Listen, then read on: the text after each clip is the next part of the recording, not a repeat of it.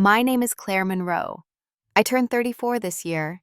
I live alone in a small apartment tucked between the forest and the river in Portland, Oregon. I'm a wildlife photographer. Most people think that means I spend my days chasing wolves through snow or crouching beside lions in Africa. The truth is far less glamorous. I take a lot of photos of birds, squirrels, sometimes even raccoons digging through city trash cans. But this year, something changed. I came back from a 5-week assignment photographing migrating hawks through the Columbia Gorge, and something inside me felt different, emptier.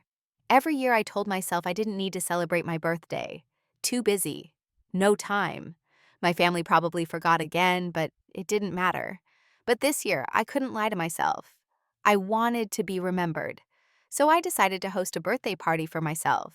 Nothing big, just a cozy little gathering in my favorite vintage cafe tucked into a quiet Portland alley. I reserved a small room near the back, the kind with creaky wooden floors and teacups that never match. I strung up some soft yellow fairy lights and printed out a few old photos, me at 5 with cake on my face, me and my mom in matching scarves, me teaching Natalie to ride her first bike. I paid for a custom carrot cake with little fondant owls perched on the top, baked by a local woman I'd met during a photo session. I even wrote a few thank you cards ahead of time, because I believed stupidly that they'd show up. I sent the invitations 3 weeks in advance to my mom, my stepdad Leo, my sister Natalie, and my brother Austin. I texted, I followed up. My mom responded with a heart emoji and, "We'll see, sweetie." The night came. I wore a forest green dress and a simple necklace. I arrived early and picked a table by the window where the fading light turned everything golden.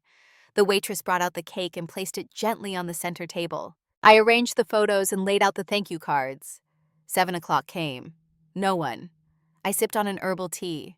By 8, the only people near me were a couple on a date and a man hunched over a laptop lost in his own world. I kept checking the door every time it opened. Each time, hope flickered and died. At 8:30, the owner came by and offered me a glass of wine on the house. She said something kind, something like they're probably just stuck in traffic. I nodded. I didn't want to cry in front of her. Or anyone. By 9, the tea had gone cold, the cake untouched. I lit a single candle, made a wish that I couldn't even form into words, and blew it out. I sliced one small piece, ate it quietly, and pretended to be scrolling my phone. Pretended I wasn't alone on the night I thought I'd matter. At 10, I left a tip and thanked the staff. Walked out into the night carrying the half-full cake box and unopened thank you cards. My phone never buzzed once. Back at home, I sat on the floor of my living room, my camera gear stacked neatly by the door, a single light on. The silence didn't bother me at first. I was used to it. But that night it clung to me like fog. I stared at the ceiling, feeling like a forgotten photograph left too long in the sun. But what hurt wasn't that no one came. What hurt was that I had believed again, that I had given them one more chance to care, and they hadn't. Still, part of me held out a little thread of hope. Maybe they'd forgotten. Maybe they'd call tomorrow. They didn't. Not until a week later. When I finally heard from them again, it wasn't a birthday greeting. It wasn't an apology. It was something else entirely. And that message, that single group text from my mother, was the beginning of the end. It was a Tuesday afternoon when my phone finally buzzed. I was editing some wildlife shots in Lightroom close-ups of red-tailed hawks I'd taken the week before, when the notification flashed across my lock screen. Group message, family love. I hadn't seen that group name pop up in months, maybe a year. It used to be the thread where my mom sent motivational quotes in all caps or blurry photos of her garden, and Natalie updated us on her Etsy shop. Most of the time I muted it, but this time I opened it. Mom. Hey family, just a quick reminder that we're planning Leo's 60th birthday bash at Aspen Ridge Resort. It's going to be a full weekend retreat, spa golf steakhouse, and private suite for the big night $1 $800 per person. Venmo me by Friday so I can book everything. I blinked. Read it again. There was no "Hi Claire," no "Hope you're doing well," no mention of my birthday just a week earlier. Not even a passing thought. Just a message that sounded like a cheery invoice wrapped in emojis. A second later, Natalie replied, "Natalie, just sent it. Can't wait to finally relax." Then Austin chimed in. "Austin, done. Gonna be epic." I stared at the screen for a long time. I wasn't angry. Not yet. I wasn't even shocked. What I felt was deeper, colder, relief. Because at that moment, I realized I didn't have to pretend anymore. I didn't have to keep earning my place in a family that only seemed to remember me when there was something they could extract help. With bills, tuition renovations, favors, rides to the airport, free photography for weddings. Not love, not care, just convenience. The feeling in my chest was strange, like someone had slowly poured cement into it over years and now it was finally cracking. I felt light, hollow, but calm. I opened Venmo, typed in $1 to my mother, caption congrats. I hit send. Then I locked my phone and set it on the counter. The silence felt deserved. That evening I did 3 things I had postponed for years. First, I changed every password. My banking cloud storage email. I removed Natalie's access from the shared emergency savings account I had created 5 years ago to help her finish art school. Then I called a locksmith, replaced both the front and back locks of my apartment. Finally, I deleted the family love group thread. No goodbye, no explanation. They didn't deserve one. The next 2 days were quiet. For a while, I wondered if they had noticed, if they even cared. But I didn't check. I didn't open social media. I didn't peek. I just exhaled. It felt like the first clean breath I'd taken in years. But peace doesn't last long when control is threatened. On the third day, something shifted.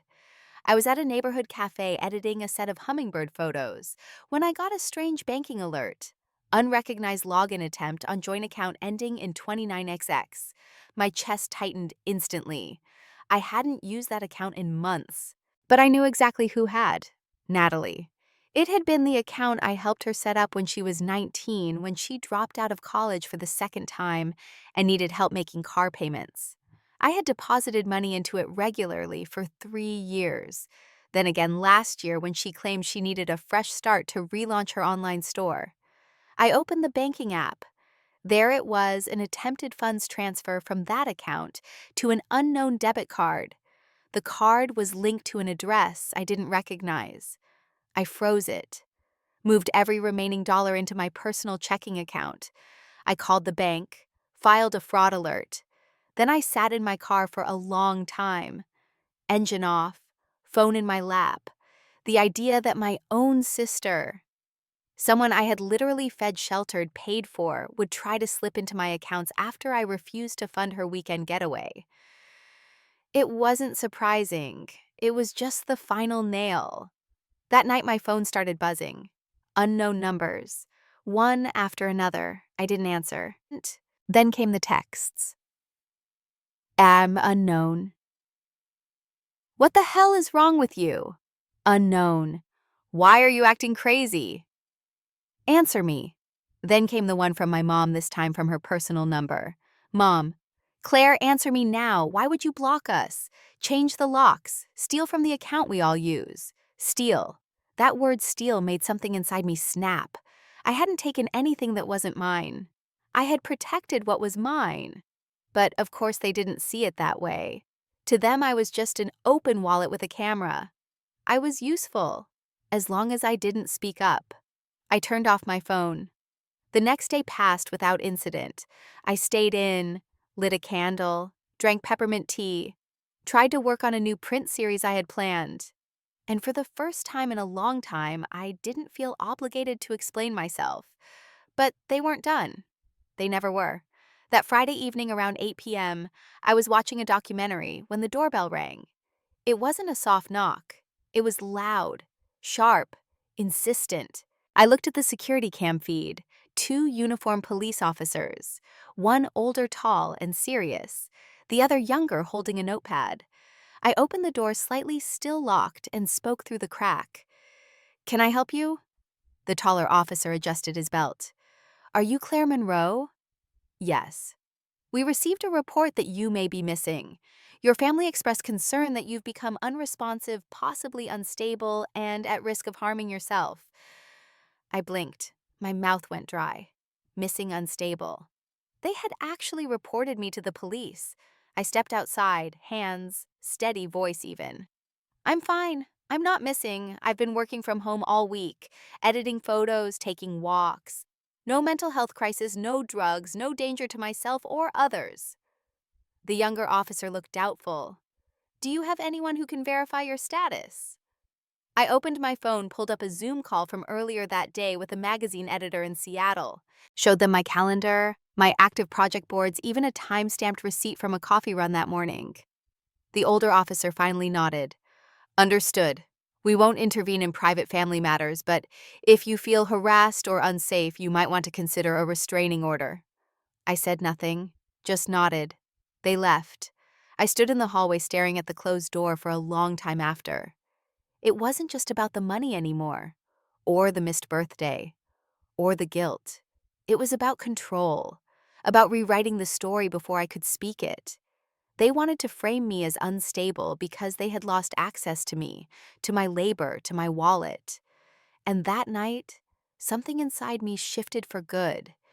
There would be no going back. That night, after the officers left, I sat at my desk for hours. The street outside was quiet. My neighbor's wind chimes tapped gently in the breeze, but inside me there was noise, old familiar voices rising from the corners of my memory. Mom saying, "You're the strong one. You can handle more." Leo reminding me, "Family means sacrifice." Natalie laughing, "You're lucky you have money." I opened my laptop. If they were going to treat me like an enemy, I was done playing the peacemaker. I wasn't going to yell or argue or beg them to understand. I was going to do something they couldn't ignore. I pulled up my files and began organizing receipts, transfers, emails, anything tied to the financial support I had given them over the years. Within 2 hours, I had a preliminary list. I sent it to my accountant, Lacey, with a note. Subject request for financial audit. Lacey, I need a categorized audit of all personal support expenses sent to my family since 2014. Organized by year by recipient and label clearly. We need this documented, she replied the next morning. Absolutely. I'll prioritize this. We'll follow up in 72 hours. I kept digging through my old records. Emails from Natalie asking for help with her rent. Bank statements showing deposits to Austin's school. Texts from Mom saying Leo's truck broke down and they couldn't make the next loan payment. By the third day, Lacey sent me a full report. I stared at the spreadsheet for a long time. I had known the number would be big. I didn't know it would crush me. Total $171, $950, Natalie's design school tuition partial, and then full coverage, the $38,000.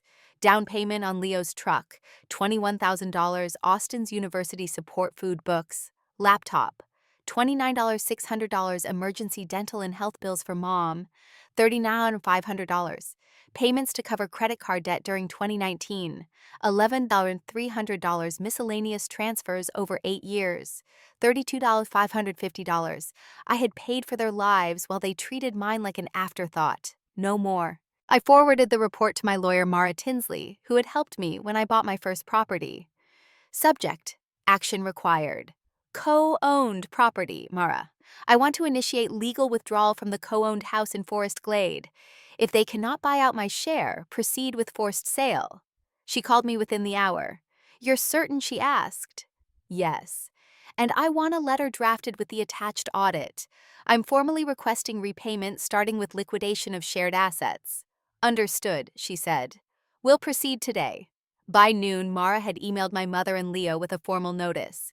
Claire Monroe is exercising her right to withdraw capital from the property located at 317 Forest Glade Drive.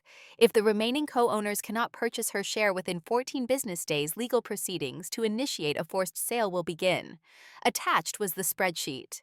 Clean, precise, cold. I didn't wait long for the fallout. Natalie called first. I didn't pick up. Then came the text. Natalie, are you insane who puts a price tag on love? You're demanding over $170K from your own family. Austin messaged next. Austin, I'm working 2 jobs. You want me to sell a kidney? Is that what this is?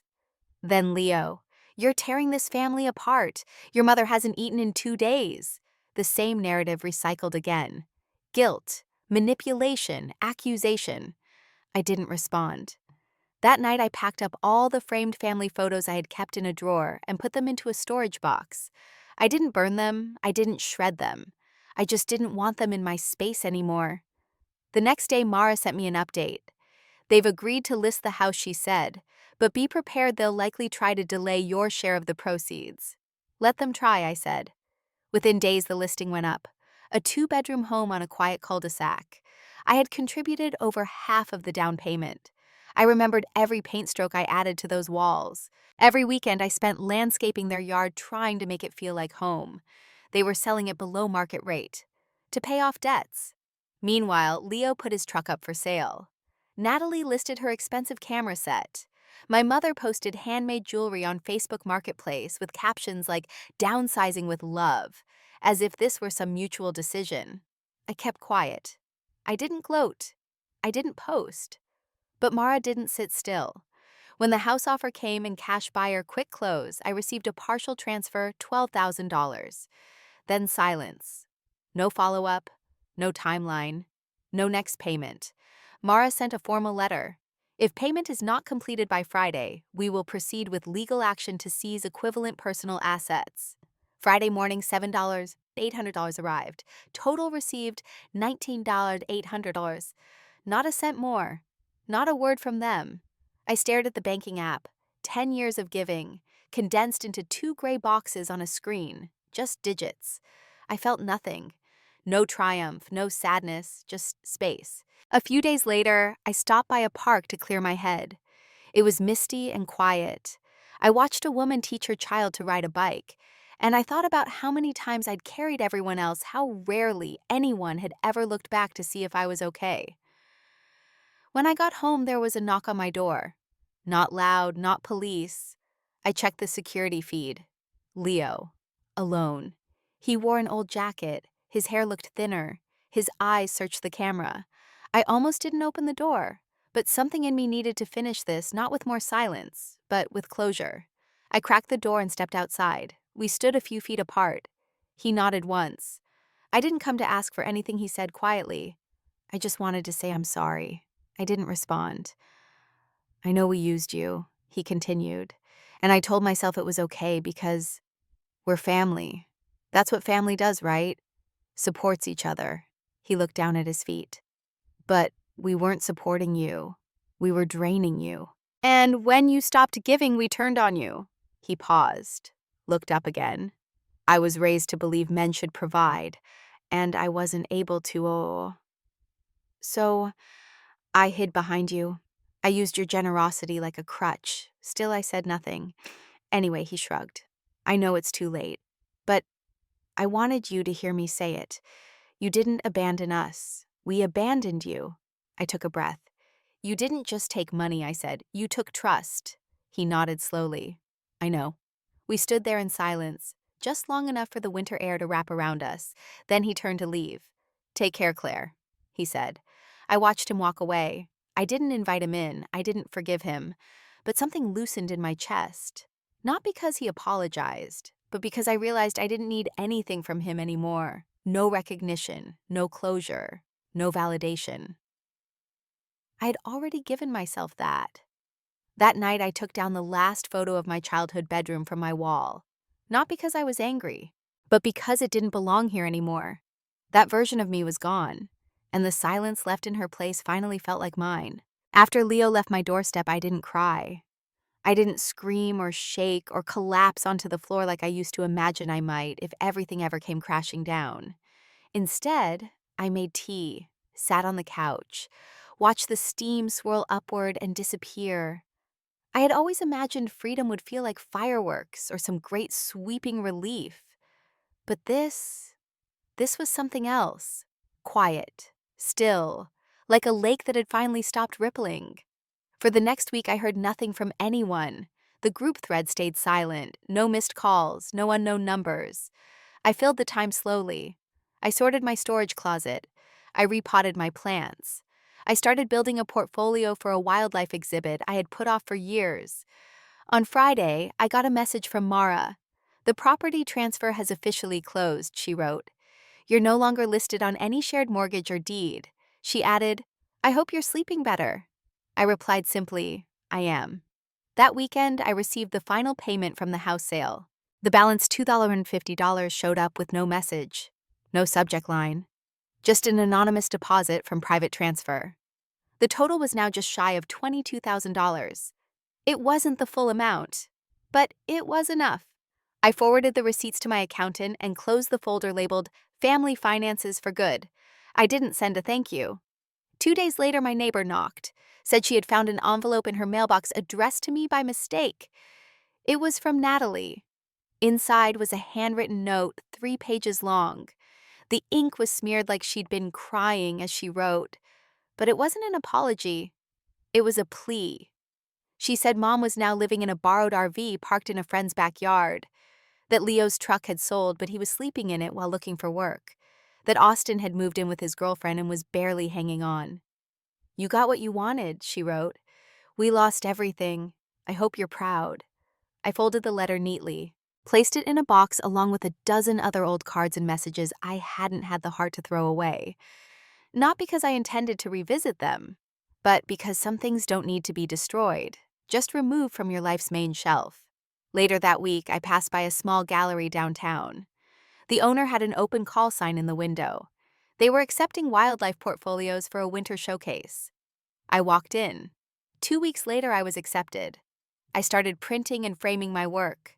Red foxes from Montana, bald eagles from Alaska, quiet deer among birches in Maine. Every photo felt like a different version of peace I had collected and forgotten. One morning, as I arranged my prints at the gallery, I got a phone call. It was Aunt Renee, my mother's older sister. We hadn't spoken in almost a decade. She sounded tired, but kind. "Claire," she said softly, "I know I'm the last person you expected to hear from." "I wasn't expecting anyone," I replied honestly. She let out a breath. "Your mom told me everything, or at least her version. I just wanted to ask, is it true that you're suing your own family?" I paused, choosing my words carefully. "I'm not suing anyone," I said. I reclaimed what I gave. "That's not revenge, that's responsibility." There was a long silence. "I don't blame you," she said at last. "I just wanted to hear it from you. You've always been strong, even when you were a kid." "I wasn't strong," I said. "I was conditioned." She didn't respond. Before we hung up, she added, "Your mom's still struggling to understand why. Maybe one day you'll tell her. Maybe one day she'll ask." I said, "But I'm not waiting." After the call, I went back to hanging photos. That night, as I closed the gallery door behind me, I looked up at the stars. They didn't feel distant. They felt like markers, like a path leading away from the noise and toward something I hadn't yet defined. The next month was quiet. No calls, no visits, just my life simple and light. I walked the same trails I'd once cried through. Now they felt like mine again. I sat by the same lake where I'd once written letters I never sent. Now I watched the water ripple and didn't need words. Then one Saturday afternoon, I went to a farmer's market with a friend. We were laughing, holding cups of hot cider, when I froze. Across the way by the booth selling handmade hats stood my mother. She looked older, thinner. Her hair, once always curled and neat, was now pulled back messily. She wore a borrowed coat, one I recognized from years ago. It had belonged to my aunt. She hadn't seen me, and I didn't move. I could have walked up, said something, anything, but I didn't, because that moment watching her sift through scarves and turn away was the final proof I needed. I wasn't angry anymore. I wasn't sad. I was separate. She walked away slowly, arms empty. I turned back to my friend. We kept walking. I didn't mention her, didn't explain, because I didn't owe anyone an explanation for my healing. That night, I wrote a single sentence in my journal. "I am done performing the role of the good daughter." A few days later, the gallery emailed me. They wanted to purchase 3 of my prints for permanent display. One of them was a close-up of a wolf in the snow staring straight into the lens, strong and still. I titled it, "Alone, Not Lost." The months that followed weren't magical. There were still days I woke up and felt the sting of memory. Still days when I missed the idea of family, even if I had never truly felt it. But I stopped looking over my shoulder, stopped waiting for reconciliation to find me. I built new rituals. Every Sunday morning, I hiked alone. Every second Friday, I tried a new recipe whether it worked or not. I painted my walls sage green. I bought a new set of dishes that didn't match anything I used to own. I planted herbs on my windowsill. One night, I found an old voicemail from Austin in my archived messages. He was 17 at the time, thanking me for buying him a used laptop. His voice cracked with excitement. He called me the best sister in the world. I listened once, then deleted it. Not out of spite, but because the sister he loved no longer needed that praise to feel worthy. The life I was building now didn't need proof, it just needed presence. And I was finally showing up for myself. There's a belief many of us are raised with that family is sacred, untouchable, that no matter what happens, no matter how heavy the burden or deep the cut, we must stay, because blood is thicker, because duty matters more than peace. But what I've learned is this: there is nothing sacred about being used. There is no honor in pouring from an empty cup, no nobility in being the one who always shows up, pays up, picks up while slowly being picked apart. I didn't walk away from my family out of hatred. I walked away because I had finally learned the difference between love and obligation. Because love doesn't ignore your birthday and demand payment for someone else's. Love doesn't report you missing when you set a boundary. Love doesn't twist concern into control or generosity into guilt. For years, I thought being the good daughter meant being agreeable, quiet, helpful, unselfish. I said yes even when I was tired. I gave even when it hurt. I showed up even when I was forgotten. I thought my worth depended on how much I could offer. And for a while I was proud of that. Proud of being dependable. Of holding everything together. Until I realized that no one was holding me. It's easy to lose yourself when the people closest to you only reflect back the version of you that benefits them. It's easy to stay quiet when speaking up makes you the villain. But silence is a slow erasure. It starts with small things, the unreturned calls, the borrowed money that's never acknowledged, the birthday skipped. And then one day you're staring at a spreadsheet of everything you gave, and you realize what was missing wasn't money. It was respect, it was care, it was reciprocity. I didn't ask for perfection. I didn't need grand gestures. All I ever wanted was to be seen, remembered, asked how I was doing without it being a preface to a request. But that never came, so I gave it to myself. I stopped looking for proof of love in their behavior, and instead started asking if my love for myself allowed me to stay. It didn't. Walking away wasn't an act of rebellion. It was an act of return. To my own center. To the small, quiet voice inside me that had been whispering for years, "Please stop. Please rest. Please choose you." Now I live a life that doesn't need explanation. I give when I want to give not, because I'm afraid of what will happen if I don't. I rest without guilt. I say no without apology. And I say yes to things that fill me, not drain me. To anyone out there who's struggling to draw the line, who's afraid that setting boundaries will mean being alone, I want to say this: there is a kind of peace that only arrives when you stop trying to earn love from people who withhold it. There is a kind of freedom that only comes when you stop performing for people who were never clapping. And there is a kind of self-respect that grows in the quiet, once you've walked away from the noise. I didn't leave my family because I gave up. I left because I finally understood that love without respect is not love, and peace once found is worth more than any inheritance of chaos. It was a Wednesday evening when I saw the sign. I just finished hanging the final piece in the gallery, a shot of a snow-covered ridge with two elk standing perfectly still, framed by silence. I stepped outside for air, walked down the block. The night was cool, the sidewalks quiet.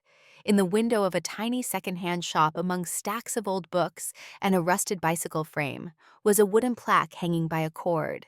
The words were simple: "Freedom isn't walking away from someone, it's returning to yourself." I stood there unmoving, as if the air itself had paused to let me read that twice. I didn't buy the sign. I didn't need to, because I had already lived it. That night back at home, I opened the window wide. The city was alive in soft rhythms, wind brushing through trees, distant sirens, the echo of someone laughing far away. But inside it was still, still in a way that didn't feel empty, still in a way that felt earned. I sat on the floor with a cup of chamomile tea. No phone, no background noise, no one asking where I was or what I could do for them, just me, and the awareness that this peace, this quiet, was mine. The next morning, I woke up before the sun. No alarm, no pressure. I made coffee, put on my boots, and walked the forest trail behind my apartment. The ground was soft with morning dew. I passed a couple walking their dog, a man jogging, and a woman sitting on a bench with a sketchbook. No one knew my name. No one needed anything from me. And for once, I didn't need to be needed. That was the difference. There had been a time when being needed made me feel special, important. But being needed without being valued is just another form of being used. Now I didn't crave importance. I craved peace. And I had it. As I reached the overlook, the sun broke through the trees. I thought of all the birthdays I had spent waiting. All the late-night texts from Natalie, the guilt trips from Mom, the silence that followed every time I spoke up for myself. And I let it go. Not because it didn't hurt, but because it wasn't mine to carry anymore. Maybe someday one of them will send a letter. Maybe it'll be long and aching and filled with the words they should have said years ago. Maybe it won't. And either way, I'll be fine, because I've learned how to live without the apology. I've learned how to feel whole without the history. I've learned that my peace isn't a negotiation. When people ask me about my family now, I just smile. I don't launch into stories. I don't defend or explain. I simply say, we're not close, and leave it there. Because my story is mine. It doesn't need witnesses. It doesn't need to be understood by the ones who wrote the chapters I had to rewrite. In the gallery, one of my favorite prints hangs by the entrance. It's a photograph of a single hummingbird hovering mid-air wings, a blur against a backdrop of pine trees. I called it Stillness in Flight. A woman in her 60s visited last week, stood in front of it for a long time, and asked if it was for sale. I told her it wasn't. She asked why. I smiled, because it reminds me who I am.